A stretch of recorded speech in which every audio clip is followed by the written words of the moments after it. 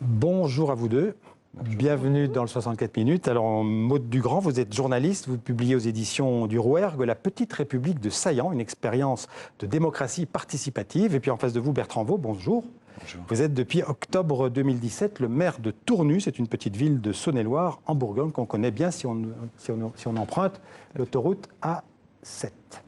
Alors, une première question, la même à tous les deux. Pour vous, la démocratie française, la démocratie d'aujourd'hui, c'est ce qu'on appelle la démocratie représentative. Vous diriez qu'elle est en crise, qu'elle ne fonctionne plus? Bertrand Vaud. Alors, je pense qu'elle est un petit peu en crise, oui. Ouais. Elle fonctionne quand même encore. Hein. On le voit à Saillant, on le voit à Grenoble, on le voit à Grande-Synthe. Enfin, c'est quelques cas minoritaires. Oui, c'est des cas minoritaires, mais quand même, c'est des cas qui donnent de l'espoir. On le voit à Tournu. Et moi, je crois qu'il y a une vraie prise de conscience d'élus en place et de citoyens qui ont envie de s'emparer. Enfin, c'est un thème majoritaire de la campagne municipale que l'on vit actuellement. Donc moi, je crois qu'elle est en crise, mais qu'il y a de l'espoir. Maude Dugrand, elle est en crise, la démocratie représentative? Depuis quelques mois, nous avons vécu une crise sociale assez importante avec les Gilets jaunes. Et effectivement, dans le premier mois des revendications des Gilets jaunes a été mis sur la table la question de la représentativité et de la soif de démocratie des citoyens. Donc effectivement, en tout cas du côté de la citoyenneté, ça pousse pour qu'un espace nouveau se crée. Alors cet espace, vous l'avez créé, enfin vous l'avez relaté dans votre livre à Saillant. Donc qu'est-ce qui s'est passé en 2010? Racontez-nous, dans ce village de Saillant, qui est un petit village de la Drôme. Qu'est-ce qui a provoqué la prise de conscience citoyenne? Un projet d'installation d'un supermarché à l'extérieur du village, dans un village qui avait encore la chance d'avoir de nombreux commerces. Et une décision prise par le maire actuel, par le maire de l'époque, sans concertation. Et du coup, des citoyens qui décident de s'emparer de ce sujet et qui entraînent une mobilisation qui va durer 1 an et demi. Il faut une pétition qui marche très très fort. Pétition. Ça devient un collectif. Un collectif, 1 an et demi de lutte, qui finit par... du coup, c'est le supermarché qui prend peur et qui décide de ne pas s'installer dans le village. Et du coup, pendant 1 an et demi, ça a été un vrai travail entre des nouveaux habitants et les anciens, des rencontres. Quelque chose a pu se produire par ce qu'ils disent eux-mêmes, un travail d'éducation populaire. Ils sont montés en compétences, chacun a pu amener sa petite pierre dans ce travail collectif de lutte contre un projet qui était jugé arbitraire. Et le collectif s'est transformé en liste électorale. Oui. Et cette liste a été élue haut la main. Oui, au premier tour des élections en 2014. Et, oui, en fait, on peut dire d'une certaine manière que les citoyens, depuis lors, gèrent la commune de Saillant. Oui, alors, bon, bien sûr. Non, mais c'est vrai, c'est vraiment cette histoire d'abord de supermarché qui a ensuite entraîné la victoire à Saillant. Donc, depuis 6 ans, cette expérimentation est en cours, avec des réussites, notamment sur le plan local d'urbanisme. Ils ont mis en place des choses complètement nouvelles, c'est-à-dire ils ont appliqué le tirage au sort. 12 citoyens qui ont travaillé pendant 2 ans sur des textes quand même extrêmement compliqués. Donc, la participation a été un vrai succès. Pour autant, c'est compliqué dans un village, ça a créé des clivages, on en parlera peut-être. On va y revenir. D'abord, Bertrand Vaud, à Tournu aussi, c'est pareil, c'est aussi, je crois, un projet de centre commercial qui a provoqué la chute, la démission de l'ancien conseil communal en 2017. Oui. Il y a énormément de similitudes entre Saillant et Tournu. On peut dire que Saillant a ouvert une nouvelle voie et nous, Tournu, on l'a élargi un petit peu. Mais ce n'est pas un hasard si c'est la création à chaque fois de centres commerciaux qui provoque ce genre de soubresaut démocratique. Parce que ça tue le petit commerce aussi? Il y a ça renvoie en fait à plein de choses. Aujourd'hui, le monde d'hyperconsommation est la cause de beaucoup de malheurs de la vie quotidienne de la plupart de nos concitoyens. Et ces symboles d'hypermarchés, de supermarchés commencent à créer une sorte de trop-plein. Il y en a trop.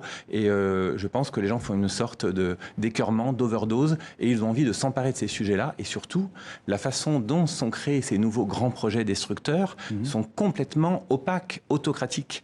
Et c'est des bonnes cibles pour les citoyens qui ont envie de s'emparer de leur territoire. Alors au départ, vous étiez, il y a 2-3 ans, vous étiez pharmacien, vous êtes toujours pharmacien? Oui. Vous n'êtes pas, on va dire, un politique professionnel? Non, j'ai été élu en octobre 2017 et en juin 2017 de la même année, jamais j'aurais cru être maire d'une ville. Donc voilà, moi je rêvais pas de ça. Une ville de 5-6 000 habitants, 6 000 habitants? Oui, 6 000 habitants, 6 000 habitants.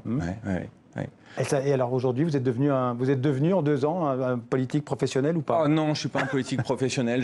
D'ailleurs, j'arrive toujours pas à me faire quand on m'appelle monsieur le maire. Alors je commence à m'y faire un petit peu. Mais non, je suis vraiment quelqu'un comme tout à chacun. Et ce que j'aime dans la fonction, c'est vraiment d'être proche des gens. De mon métier de pharmacien faisait que j'étais déjà très en contact du public. Et je ne me considère pas comme un politique, mais comme un citoyen qui est représentant des autres citoyens. Alors on va regarder quelques images. C'est un reportage d'Arte qui était venu tourner à Saillant. On va regarder donc ce que veut dire la démocratie participative à Saillant, comment elle s'organise. On regarde.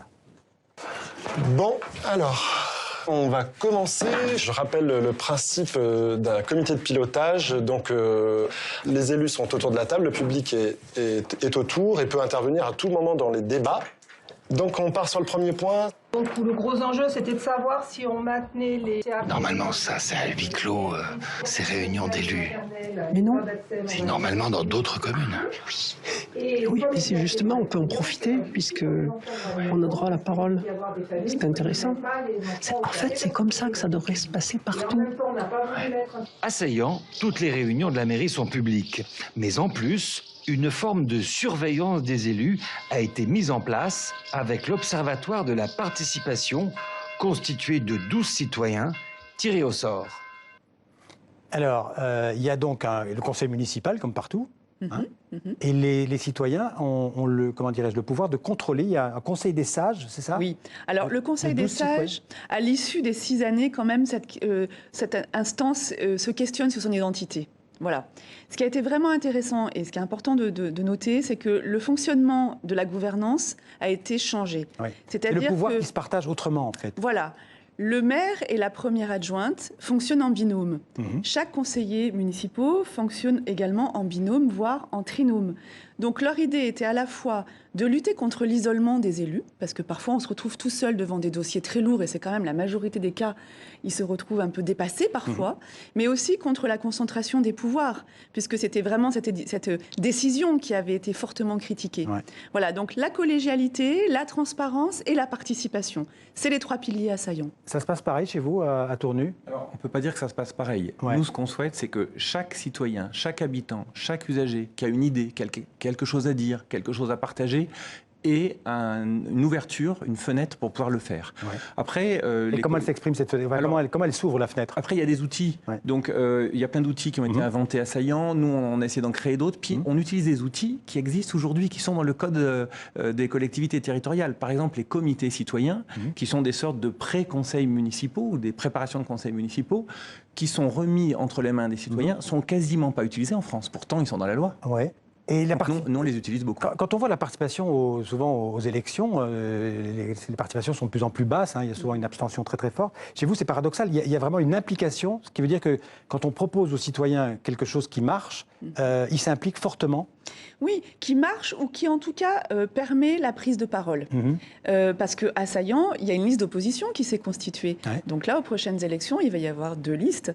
Et donc voilà, et cette liste d'opposition critique aussi les erreurs, critique les limites de la participation, tout en disant qu'ils ne remettront pas en cause la participation quand même, bien sûr. Quelles seraient les limites justement de la participation, vous qui l'avez étudiée de près? Il y en a, évidemment. Ouais. La question du temps de la citoyenneté dans une société qui est encore régie par le travail.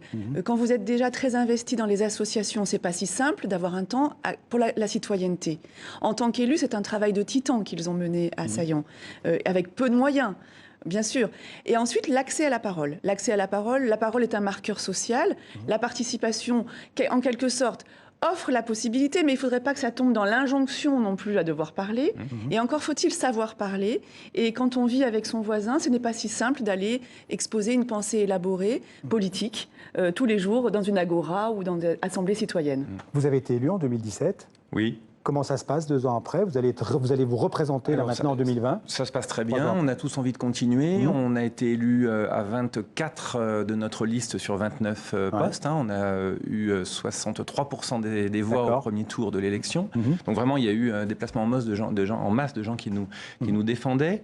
Et vraiment, on est assez fiers de l'expérience. Alors c'est 2 ans, c'est pas 6 ans, mais sur les 24 candidats, j'en ai 22 qui repartent. Donc nous, on repart quasiment avec la même équipe pour continuer continuer ce qu'on a commencé. Tous les habitants, par exemple à Saillant, sont représentés, c'est-à-dire les jeunes, les vieux, les nouveaux habitants, les anciens habitants. C'est vraiment toute la communauté de Saillant qui s'est mise à la représentation, enfin à la politique représentative. Dans la participation, vous voulez dire ? Oui. C'est pas si simple. Pas si simple. C'est vrai qu'il y a des habitants qui ne se retrouvent pas dans la participation, qui se sont plutôt sentis... âgés en général. Pas forcément âgés.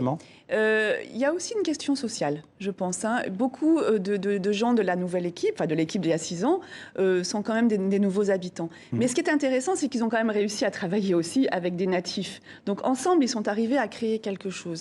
Mais voilà, malgré tout, il ne faut pas idéaliser le modèle. Il est en train de se chercher. Alors c'est un modèle qui fonctionne chez vous, 1300, 1400 habitants, 6000. Est-ce que vous pensez que c'est transposable à des villes plus grandes ? Mais bien sûr. Mais une ville comme Grenoble a déjà instauré beaucoup de choses en termes de démocratie participative très intéressantes. Il y a une proposition en ce moment qui est en train de se monter à Annecy avec Fabienne Grébert, qui est absolument extraordinaire. Ce qu'il faut, c'est que chacun de nos concitoyens ait un espace pour s'investir s'il le veut. Il ne s'agit pas de les forcer à s'investir dans la vie publique ou dans la vie citoyenne. Il faut leur dire, est-ce que vous avez envie de faire quelque chose ?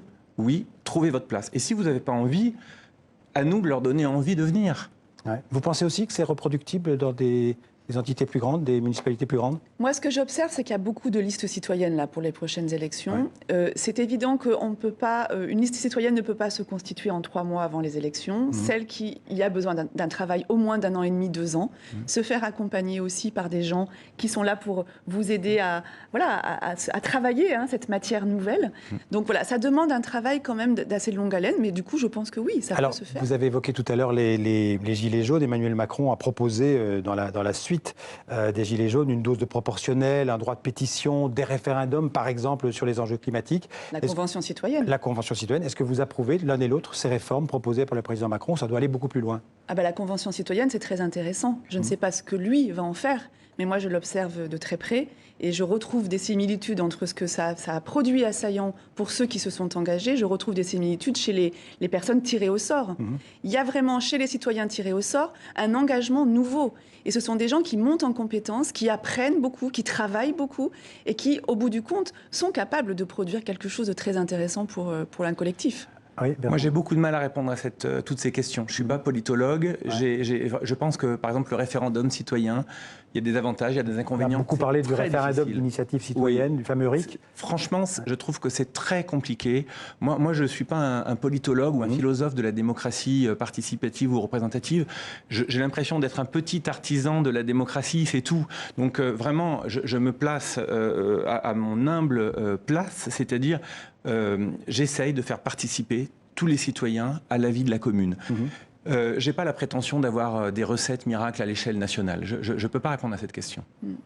Un dernier mot, non ? Oui, mais c'est tout à fait intéressant, et d'autant plus que je pense que ça touche à la question du pouvoir, de la répartition du pouvoir, de la verticalité, de l'horizontalité. Donc il y a des choses à transformer, à déconstruire, qui sont intéressantes, mais qui sont aussi déstabilisantes et un petit peu à inventer. Donc, à inventer et à continuer, puisqu'il y aura effectivement des élections dans quelques... Oui, un dernier mot ? Oui, je voudrais dire quand même que le livre de Maud Dugrand est doublement intéressant, parce qu'il y a beaucoup de choses qui ont été dites les mots de la bouche. Et écrites sur Saillant. Oui. Et ce qui est doublement intéressant ici, c'est d'abord que c'est écrit comme un roman de terroir. On est à mi-chemin entre Frédéric Mistral et Jean Anglade, et ça se lit de façon très agréable. Et ce qui est vraiment épatant, c'est qu'on parle aussi dans ce livre des échecs, des remises en question, des obstacles. On parle beaucoup des communautés de communes. Il y a beaucoup de similitudes avec nous, par exemple, les comités de communes qui ont beaucoup de pouvoir. Et il y a des élections communautaires, en même temps que les municipales. On en parle peu, elles sont en retrait. Là, il n'y a pas beaucoup de démocratie qui se pratique. Et donc, vraiment, j'encourage à tout le monde, mais vous allez le faire aussi,